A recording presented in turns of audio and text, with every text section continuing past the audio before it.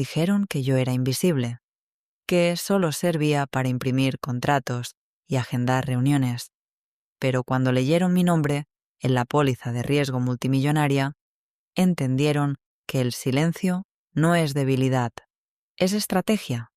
La oficina olía a café recalentado y a tinta de impresora vieja. Las luces del techo parpadeaban como si también ellas quisieran renunciar.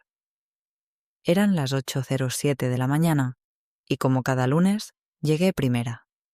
Dejé mi bolso al pie del escritorio, me acomodé la blusa con discreción y encendí el monitor. Fue entonces cuando lo vi.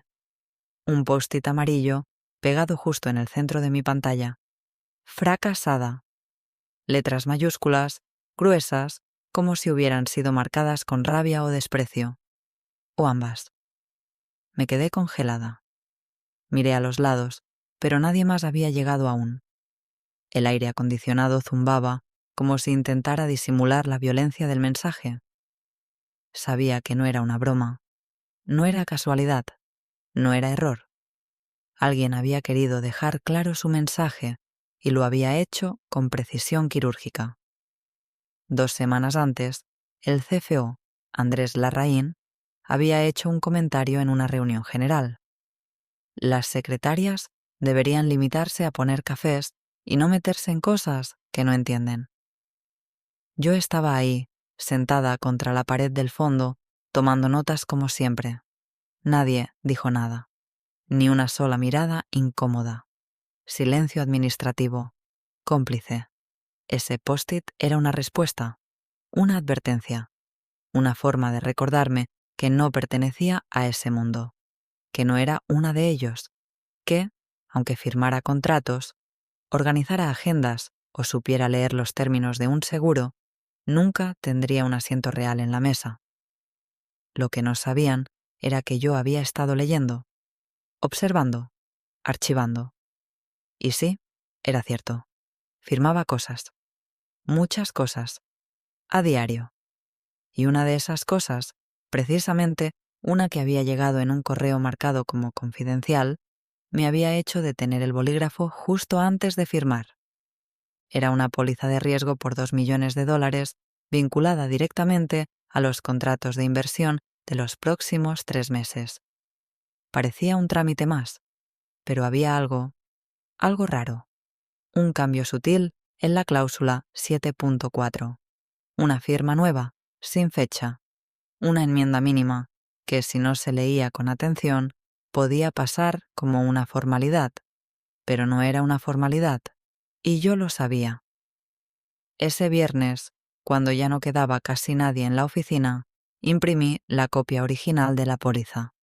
La comparé con la que querían que firmara, y luego fui al archivo muerto, al fondo del piso. 1, donde guardaban cajas con contratos viejos, cubiertos de polvo y olvido. Allí, entre telarañas y olor a humedad, confirmé mis sospechas. Alguien había reescrito la cláusula de exclusión de responsabilidad. En caso de litigio o pérdida, no sería la firma la responsable, sino la secretaria que autorizó la recepción del documento. Yo.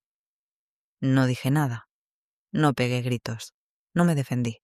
Solo envié un correo con la póliza original al departamento jurídico de la sede central, adjuntando una nota escueta. Solicitud de revisión urgente.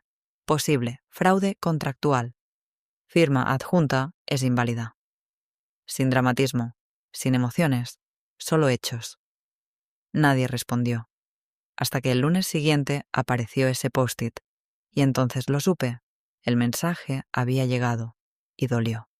No porque me llamaran fracasada, sino porque alguien tenía miedo. Pero ese miedo no era mío, y mientras encendía el monitor, respiré hondo. Porque una cosa es que te ignoren, y otra muy distinta es que empiecen a temerte en silencio.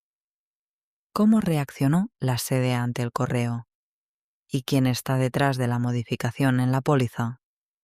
No vas a creer lo que descubrió en la auditoría interna. El correo que envié el viernes a última hora parecía haber caído en un pozo sin fondo. Ni confirmación de lectura, ni respuesta automática. Silencio. Pensé que, tal vez, había sido archivado, ignorado o peor, interceptado. Pero el martes, a las 10:42 am, un nuevo mensaje apareció en mi bandeja de entrada. Asunto: urgente. Revisión de cláusula. Solicitud de información complementaria. Remitente: Carla Ledesma, jefa de auditoría interna, sede central. El corazón me dio un vuelco. Nadie de la sede había contactado al piso operativo en meses, y mucho menos alguien con una firma tan pesada. Respiré hondo. Abrí el mensaje. Decía lo siguiente: Estimada, hemos recibido su correo con la observación sobre la póliza de riesgo adjunta. Iniciaremos proceso de revisión inmediata. Por favor, remitir. Registro de firma escaneado. Bitácora de recepción del documento. Copia del contrato vinculado. Agradecemos su cooperación y confidencialidad. CL. No era un gracias. No era un por tu valiosa colaboración. Era un correo seco, formal, pero entre líneas se leía otra cosa. Alerta. Habían olido el humo y ahora buscaban el fuego. Me dirigí al archivo digital, respirando como si cargara dinamita. Localicé la firma, la fecha de ingreso del contrato, la bitácora que llevaba con obsesión casi maniática desde hacía 2 años. Adjunté todo y envié. Asunto: requerido por auditoría. 3 minutos después, me llegó otra notificación. Asunto: congelación temporal de línea de riesgo. Contratos 340-303B. Y ahí entendí que ya no había vuelta atrás. A las 13:00, el CFO, Andrés Larraín, bajó al piso operativo. Él nunca bajaba, siempre mandaba a su asistente con recados, pero esa vez vino en persona y no vino a traer café. Llevaba el ceño fruncido y en la mano mi correo impreso. ¿Tú enviaste esto?, preguntó sin saludar, dejando caer la hoja sobre mi escritorio. Sí, respondí con calma. Me pareció que había irregularidades. No es tu función, espetó, clavando los ojos en los míos. No eres abogada. Pero sí soy quien firma la recepción. Mi firma está en la póliza. Eso no te da derecho a involucrarte en decisiones que no te corresponden. Pero sí me hace responsable legal si algo se sale de control. Y eso sí me corresponde. Hubo un silencio incómodo. Los teclados a nuestro alrededor cesaron. Hasta el zumbido del aire acondicionado pareció hacerse más fuerte. Luego, él sonrió. Una mueca fría. «Eres solo una secretaria. No olvides eso». Y se fue. A las 16:10 llegó una llamada desde la sede. «¿Con la señorita Lara Medina?», preguntó una voz masculina, neutra. «Sí, soy yo». Le habla Tomás Moya, del área legal de la aseguradora.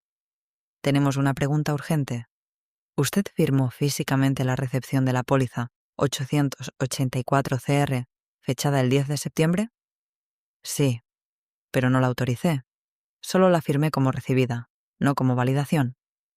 ¿Está usted dispuesta a declarar eso por escrito? Absolutamente. Hubo una pausa. Su firma es una cláusula clave del contrato. Sin su confirmación, la póliza queda en revisión. En este momento, se ha congelado preventivamente. Esa noche no pude dormir. No por miedo, sino por la adrenalina. Porque algo se estaba moviendo, algo grande, y no sabían desde dónde venía.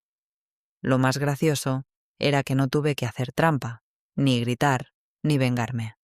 Solo hice mi trabajo, demasiado bien quizás. Al día siguiente, alguien había quitado el post-it del monitor, y en su lugar, otro papel pequeño y doblado. Una nota escrita con letra temblorosa. No todos estamos de acuerdo con lo que hizo Andrés. Gracias. Ese gracias no tenía firma, pero me bastó para entender que ya no estaba sola, y lo que estaba por descubrir en la auditoría iba a cambiarlo todo. El nombre que apareció en el contrato alterado fue Inesperado. ¿Tú también has sentido que subestiman tu trabajo solo porque no tienes un cargo importante? Déjame tu historia en los comentarios. Aquí, cada voz cuenta. El miércoles, a las 9:06 am, el silencio de la oficina fue interrumpido por algo poco habitual. 2 hombres de traje gris, con credenciales colgando del cuello, atravesaron la recepción sin mirar a nadie y pidieron hablar con el responsable de contratos de riesgo financiero. Todos se miraron. Nadie dijo una palabra. Uno de ellos, el de expresión más dura, preguntó directamente por el CFO, Andrés Larraín. El otro sostuvo una carpeta negra con el logo de la aseguradora. El escudo dorado brillaba bajo la luz del pasillo. Era oficial. La auditoría había comenzado. Andrés no estaba en su despacho. Nadie supo decir dónde se encontraba, aunque todos sabíamos que el rumor ya había subido hasta el piso de dirección. Las miradas nerviosas, los susurros a media voz, los correos sin firma enviados a recursos humanos. El miedo tenía olor a desinfectante y a café recalentado. Yo no dije nada. Me limité a observar, tomando sorbos pequeños de mi té de manzanilla. En el fondo, sentía que algo se alineaba, que, por fin, alguien estaba viendo lo que llevaba años escondido entre contratos, firmas dudosas y gestos sobrados. A las 11:17 me llamaron desde una sala de reuniones improvisada en el piso 5. Estaban ahí los 2 auditores, un representante legal de la sede y, para mi sorpresa, Carla Ledesma conectada por Zoom desde la central. «Señorita Medina», dijo ella, seca, pero con cierto respeto en la voz. ¿Podría relatar cómo recibió la póliza 884 CR? Respiré hondo. El documento llegó con una firma escaneada, sin fecha. Se me pidió archivarlo y firmar la recepción. Al compararlo con la versión impresa del mes anterior, noté una diferencia en la cláusula 7.4. No se informó del cambio, y no fui notificada para validar nada más allá del acuse de recibo. ¿Y quién le entregó esa versión modificada?, preguntó el abogado de la aseguradora. Allí vino el momento, la decisión. Podía decir que no recordaba, podía protegerme, podía dejar que investigaran solos, pero no. Fue el asistente personal del CFO, Alejandro Vargas. Silencio. Uno de los auditores anotó algo. Carla bajó la mirada. Alejandro era joven, ambicioso, siempre impecable, con trajes que olían a poder prestado. Llevaba apenas 8 meses en la empresa, pero ya hablaba como si fuera socio.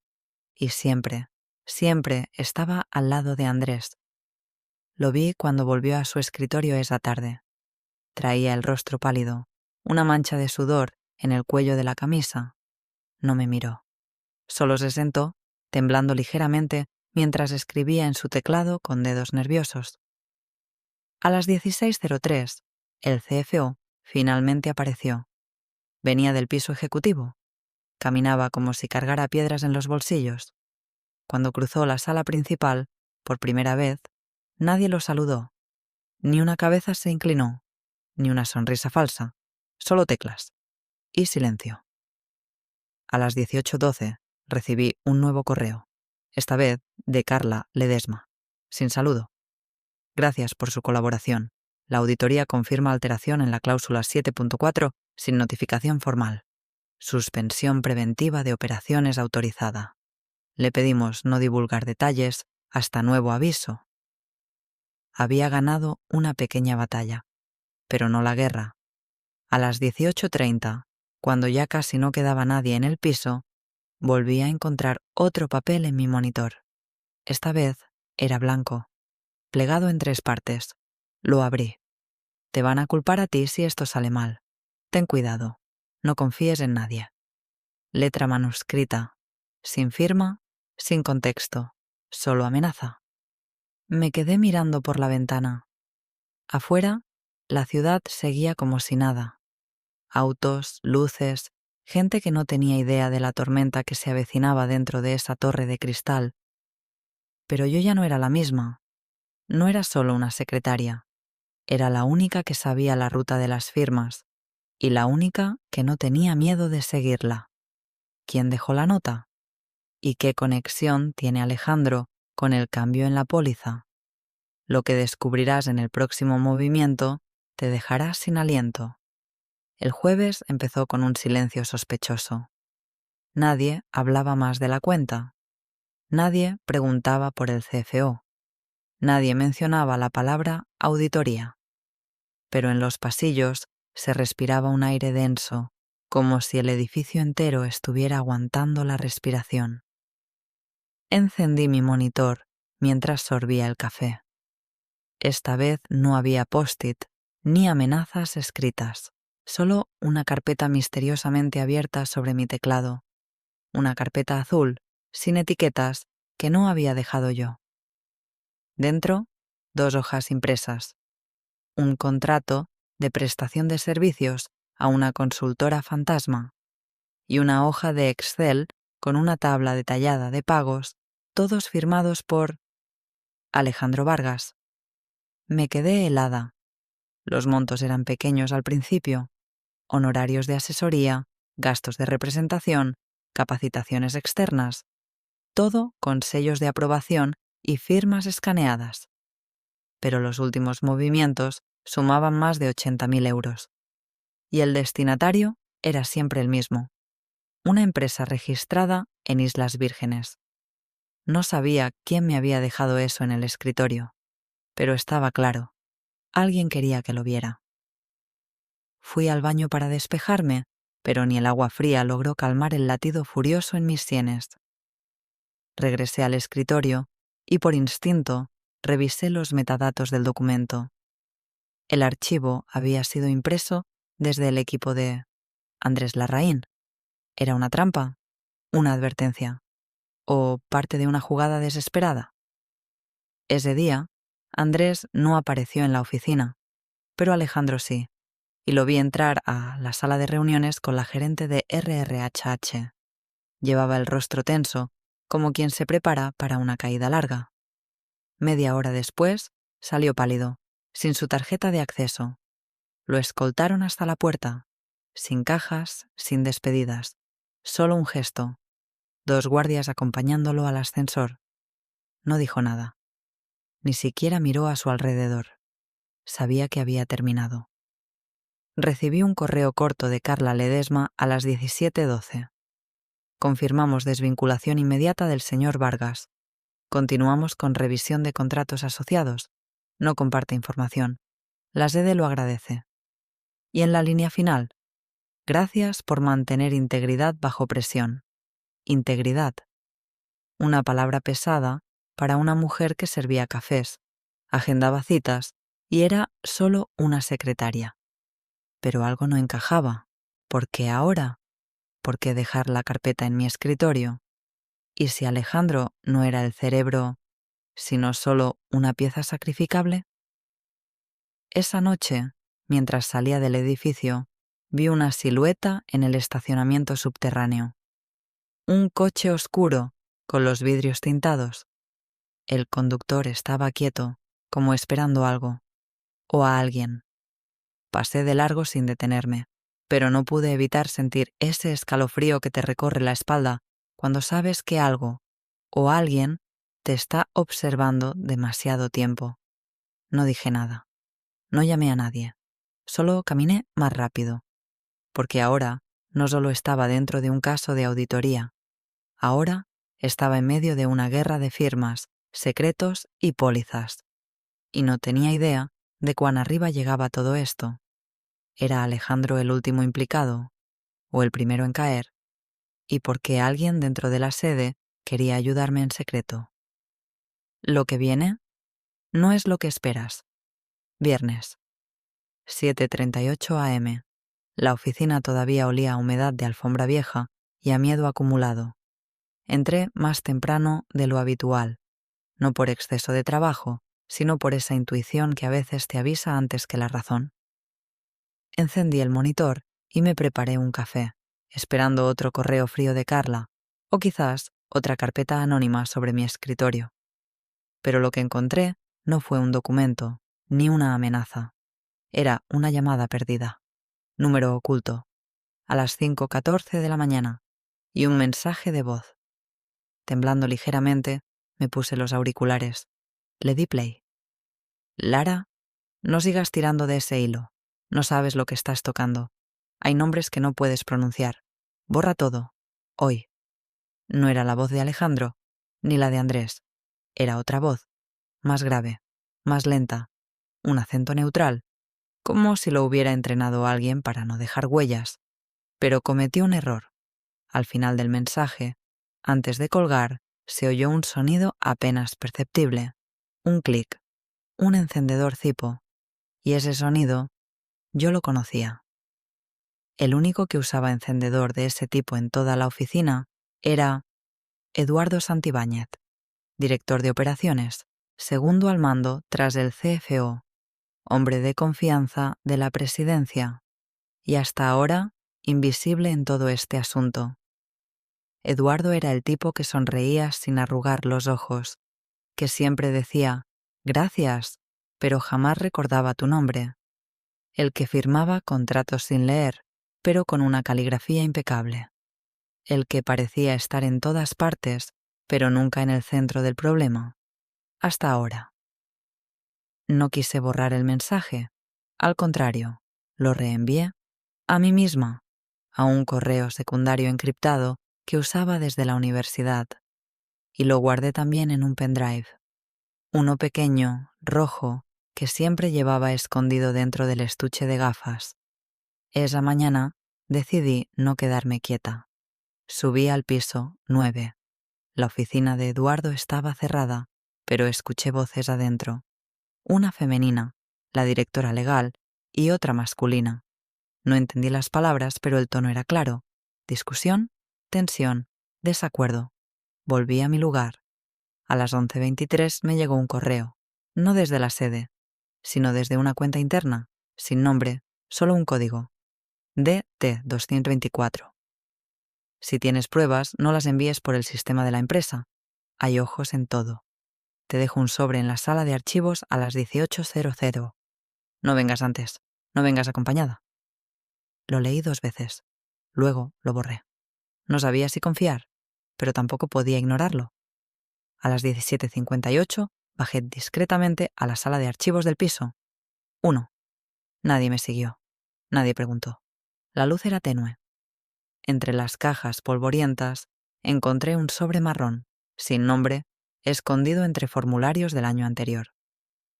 Adentro, copias de contratos sellados, modificaciones hechas por Eduardo con firma electrónica y, lo más importante, un anexo que revelaba pagos mensuales a una firma de consultoría política, registrada por un familiar directo del CFO. Era una red. Andrés, Eduardo, Alejandro, y detrás, una empresa familiar que drenaba fondos a través de contratos fantasmas. Y mi firma estaba al final de uno de esos documentos. Una más entre decenas. Al salir, me topé con un rostro que no esperaba. Carla Ledesma, en persona, en mi edificio. «Hola, Lara», dijo sin sonreír. «No estás sola, pero a partir de aquí, lo que hagas será clave». «¿Cómo supiste que vendría?» «Porque eres metódica y porque yo también fui solo una secretaria». Y se fue. Esa noche dormí mal, no por miedo, sino por la carga de lo que ahora sabía. Ya no era una pelea de pólizas o cláusulas, era una estructura podrida desde dentro, una fachada de éxito construida sobre firmas falsas y contratos manipulados. Y yo era la única con las pruebas. ¿Qué hay dentro del sobre realmente? ¿Carla está del lado correcto o tiene sus propias razones? La verdad está a punto de estallar, y el siguiente movimiento será el más peligroso hasta ahora. El lunes siguiente, la empresa parecía una maqueta abandonada. El CFO no había regresado. El director de operaciones, Eduardo, canceló todas sus reuniones. Y desde la sede no llegaban nuevos correos. Nadie decía nada. Pero todos sabían que algo grande estaba a punto de caer. Yo lo sentía en la espalda, como un peso frío. La carpeta marrón con los contratos falsificados, el mensaje de voz anónimo, la presencia enigmática de Carla. Todo se estaba alineando. Las piezas se colocaban, pero faltaba el movimiento final, y lo haría yo. Ese día me tomé la libertad de usar una sala de reuniones vacía en el piso 2. Cerré la puerta, abrí el portátil personal que traje desde casa, uno viejo, lento, pero seguro, y copié los documentos más delicados del pendrive. Cada contrato, cada firma, cada fecha, cada rastro digital. Luego abrí una hoja nueva de Word. Empecé a redactar un informe cronológico, profesional, preciso, con lenguaje neutral, como una auditoría paralela. Desde adentro, incluí todo. La póliza original, el documento alterado, las firmas comparadas, el origen del anexo financiero, el vínculo familiar entre el CFO y la consultora. Y por último, la advertencia grabada. Guardé todo en una carpeta cifrada con nombre anodino. Agenda 2024. Archivo mensual. Y la envié. Pero no a la sede, ni a Carla. La envié directamente al Consejo de Administración, a sus correos privados, que encontré con paciencia, rebuscando entre directorios antiguos, presentaciones de accionistas y documentos públicos del año pasado. Y luego, esperé. A las 14:32 estalló el incendio. Primero fueron las notificaciones internas. Acceso restringido. Andrés Larraín. Suspensión de credenciales. Eduardo Santibáñez. Bloqueo temporal de cuentas asociadas. Después, los teléfonos empezaron a sonar como si alguien hubiera soltado una alarma silenciosa. El equipo de IT corría por los pasillos como bomberos sin casco. Recursos Humanos cerró su oficina sin aviso, y desde el primer piso llegaron 2 hombres de traje gris. Esta vez no eran de auditoría, eran de legales, del consejo. Carla me escribió un solo mensaje, sin asunto. Lo leí todo. Bravo. No más, no menos. Solo eso. Y entonces entendí que ella lo había sabido desde el principio, que probablemente llevaba años intentando exponerlos desde dentro, esperando a que alguien más valiente, o quizás más ingenua, encendiera la mecha. No éramos tan distintas, solo que yo aún firmaba como asistente administrativa. A las 17:06, una notificación apareció en mi monitor. Convocatoria oficial a reunión extraordinaria. Presentación de informe interno, caso de riesgo financiero. Participantes. Consejo completo. Carla Ledesma y yo. Sí, me habían citado. No para agendar. No para tomar notas, sino para hablar. Me miré en el reflejo de la pantalla. El cabello algo despeinado, las ojeras marcadas, la blusa sin planchar. Pero detrás de todo eso estaba yo. La misma mujer que aguantó el desprecio, los post-it, las humillaciones, el silencio. Y aún así, no había gritado, no me había vengado. Solo trabajé en silencio, con precisión, y eso fue más ruidoso que cualquier escándalo. Esa noche, mientras cerraba sesión, alguien se acercó. Una joven de recursos humanos, nueva, apenas llevaba semanas. Me tocó el hombro con suavidad. Lara. Gracias. Nos diste a muchas la fuerza para abrir los ojos, y se fue. Yo también me fui, pero no como la secretaria invisible, sino como la mujer que sin levantar la voz hizo que un imperio temblara. ¿Qué pasará en la reunión con el consejo? ¿Se atreverán a cubrir todo? ¿O por fin alguien dirá la verdad en voz alta? Lo que sucede en esa sala marcará el destino de toda la firma. La sala del piso 15 no era un lugar que solía visitar.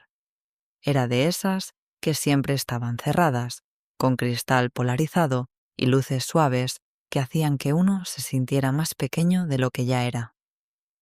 Ese día, a las 9:00 en punto, me llamaron a pasar. Había 10 personas sentadas alrededor de una mesa larga de nogal. Todos hombres, excepto Carla, que estaba al final, con una carpeta negra y una mirada que no vacilaba. Algunos eran miembros del Consejo de Administración, otros de Auditoría, uno del área legal de la sede, y luego yo, Lara Medina, la secretaria. «Señorita Medina», dijo uno de los consejeros, un hombre canoso de voz grave, «hemos leído su informe. Debemos decir que no solo es detallado, es preocupante. Me invitaron a sentarme, me ofrecieron agua, pero no sonreían. No era cortesía, era tensión contenida». Carla tomó la palabra. «Lo que Lara ha presentado es evidencia directa de una manipulación sistemática de contratos, uso fraudulento de pólizas de seguro, falsificación de firmas y desvío de fondos». «¿Estás segura de la autenticidad de los documentos?», preguntó otro consejero. «Absolutamente. Y además», añadió, «hay grabaciones, trazabilidad de correos y registros de accesos internos. Todo está respaldado». Se hizo un silencio pesado. Uno de los abogados sacó una copia de la cláusula 7.4. Esta alteración no fue menor.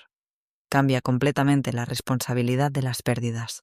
Si la aseguradora no hubiera detectado la irregularidad, el peso legal habría caído sobre alguien sin poder de decisión. «Sobre mí», dije. Todos me miraron. Sobre la única persona que firmó creyendo que solo registraba la recepción de un papel, mientras otros 3 se beneficiaban. Durante media hora más respondí preguntas. Expliqué paso a paso cómo encontré las discrepancias, cómo seguí el rastro de las firmas, cómo conecté los nombres, cómo alguien me dejó anónimamente una carpeta con pruebas. ¿Sabe quién fue?, preguntó un miembro del consejo. No, pero intuyó que no estaba solo en esto. Alguien dentro quería que se supiera la verdad, sin ser descubierto. Carla cruzó miradas conmigo, pero no dijo nada. Al final, uno de los ejecutivos se levantó. «Agradecemos su valentía, señorita Medina. Hay empleados que callan por miedo. Usted no». «No fue valentía», respondí. «Fue supervivencia». Salí de la sala sin saber si había ganado o no. Pero una cosa era cierta. Ahora sabían mi nombre. Y sabían lo que una secretaria podía hacer cuando prestaba atención. Ese mediodía, mientras almorzaba sola en el comedor de empleados, alguien dejó una bandeja frente a mí. Era Beatriz, la recepcionista. «Si necesitas algo, lo que sea, cuenta conmigo», asentí. Y por primera vez en mucho tiempo me sentí vista. A las 16:45 llegó un nuevo correo. Asunto: modificación de rol interno. Propuesta. Era de recursos humanos. Querían hablar conmigo sobre una reubicación estratégica y un nuevo título: analista de cumplimiento interno. Un ascenso sin hacer ruido. Una forma de decir: te vimos. Y quizás de mantenerme cerca. Pero algo me decía que la historia aún no había terminado. Esa misma tarde, Carla me pidió 5 minutos a solas. Entramos en una oficina vacía. Cerró la puerta. «¿Crees que esto termina aquí?», me preguntó. «¿No? No. Hay más nombres, más documentos, más contratos». «¿Y tú los tienes?». «Algunos. Otros están por salir. Pero ya no puedo hacer esto sola». Me miró con firmeza. «¿Estás lista para algo más grande?». No supe qué decir. Solo asentí. Y ella sonrió, por primera vez. Lo que Carla estaba por revelarme implicaba a personas que nadie se atrevía a tocar. Y sí, entre ellos estaba un apellido que aparecía en la puerta principal de la sede. La noche cayó temprano ese jueves, como si hasta el cielo supiera que algo oscuro estaba por salir a la luz. Carla me citó en una cafetería a 3 cuadras del edificio corporativo. No era su estilo. Ella solía moverse en salas cerradas, entre auditorías, comités y correos encriptados, pero esa vez quería hablar sin cámaras, sin oídos, sin testigos. Se sentó frente a mí, pidió un té negro y deslizó una carpeta delgada por la mesa. «Léelo todo», dijo, «pero no lo abras aquí. Espera a estar sola». Levanté la mirada. Sus ojos ya no eran duros ni estratégicos. Eran humanos, cansados. «¿Qué es esto?» Las piezas que faltaban, las que ni el consejo ni la aseguradora quisieron tocar. ¿Quién está involucrado? Uno de los fundadores, su nieto, Álvaro Espina. El nombre cayó como plomo en mi estómago. Álvaro Espina no tenía cargo oficial en la firma, pero era quien realmente mandaba. Aparecía en las galas, en las fotos con ministros, en las páginas económicas de los domingos. Lo llamaban el heredero discreto. Nunca hablaba mucho, pero todo lo que tocaba se convertía en poder. Y al parecer, también en dinero sin declarar. Esa noche, en casa, abrí la carpeta.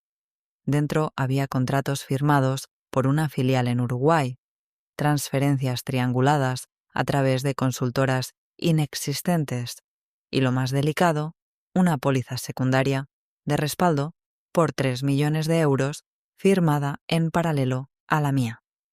Con fecha posterior y con firma de Álvaro. El documento lo eximía de responsabilidad si cualquier póliza oficial se consideraba inválida. Era, en pocas palabras, un salvavidas para él y una soga para el resto. Incluía incluso un correo de Andrés Larraín. «Te adjunto el contrato para que firmes». Ya Lara lo recibió sin darse cuenta. ¿No sospecha nada? Mi nombre, en boca de 2 hombres que me habían llamado invisible. Me temblaban las manos. Esto no era solo un fraude.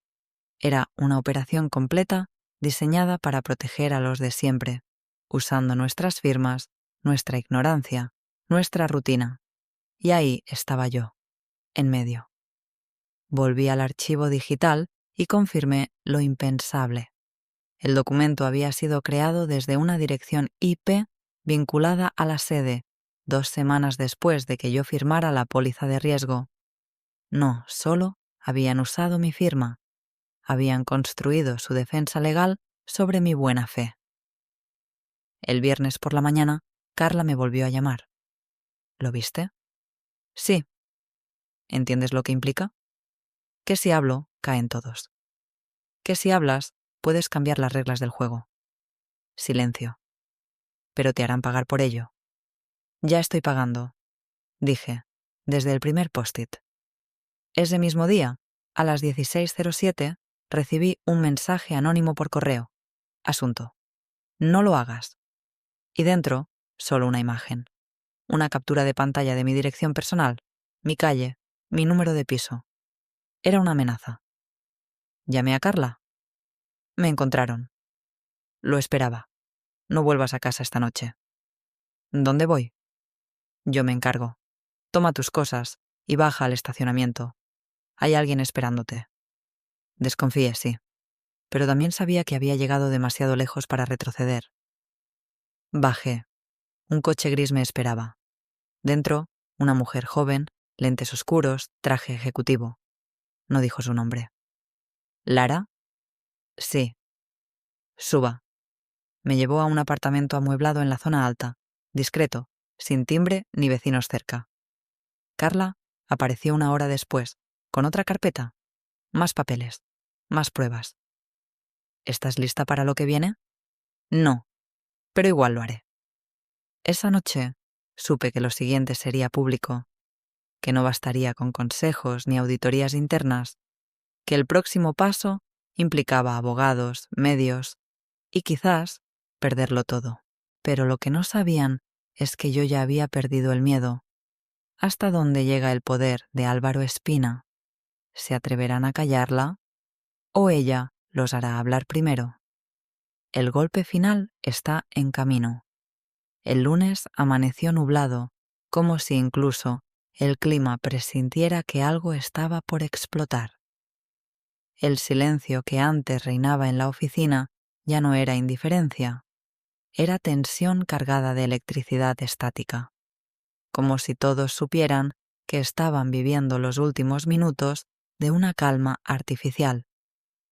Desde el apartamento seguro, revisé mi correo personal. Carla me había dejado instrucciones claras: no conectarme desde dispositivos de la empresa, no usar la red Wi-Fi habitual, no abrir ningún archivo sin verificar antes su procedencia. Había recibido 4 mensajes de medios, 2 de ellos con asuntos similares. Denuncia anónima. ¿Es usted la fuente? Uno era de una periodista de investigación que había publicado un informe hace meses sobre corrupción en aseguradoras. Eso significaba una cosa: la información ya se estaba filtrando, y si la filtración había comenzado, era cuestión de horas antes de que alguien intentara detenerla. A las 10:12 recibí una llamada de un número desconocido. Lara Medina. Sí.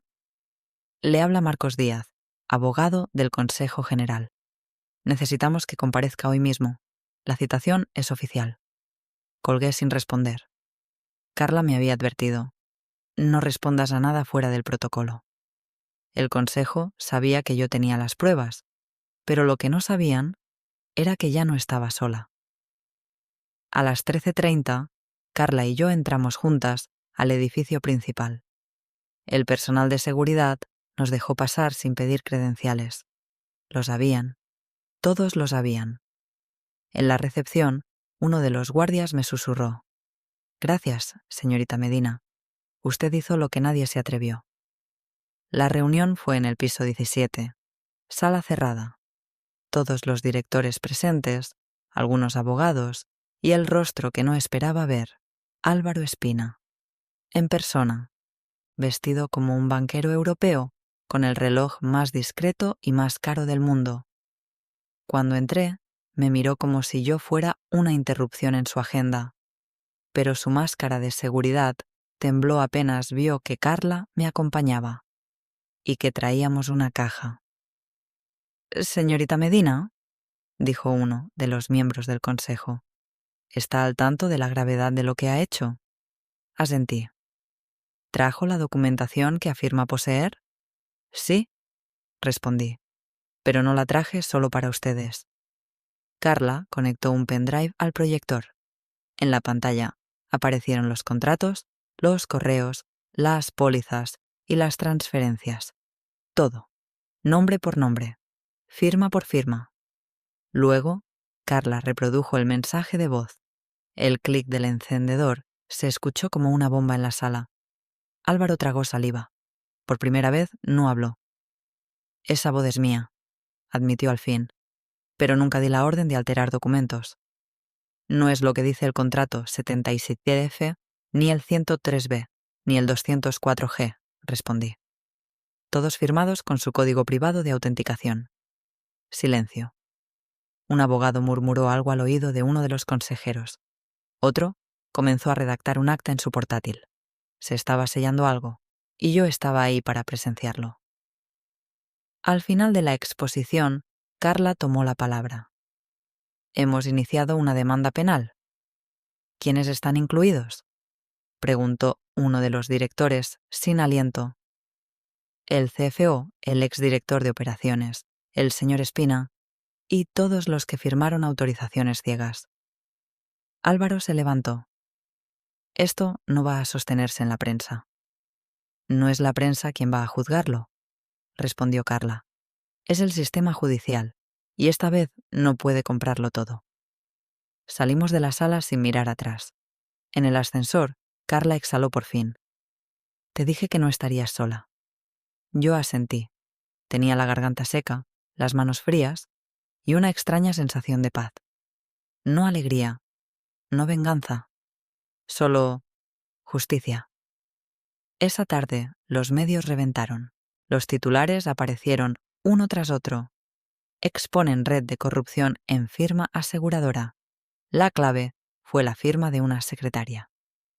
Filtración explosiva implica al nieto del fundador en fraude millonario. Lara Medina, la mujer que desarmó un imperio desde su escritorio. Y entonces entendí el peso real de haber hablado. no solo por mí, sino por todas las que alguna vez firmamos sin saber, por todas las que nos dijeron, solo eres una secretaria. Pero aún falta una firma más, la que pondrá fin a todo esto, o la que volverá a enterrarlo, y no soy yo quien debe firmarla.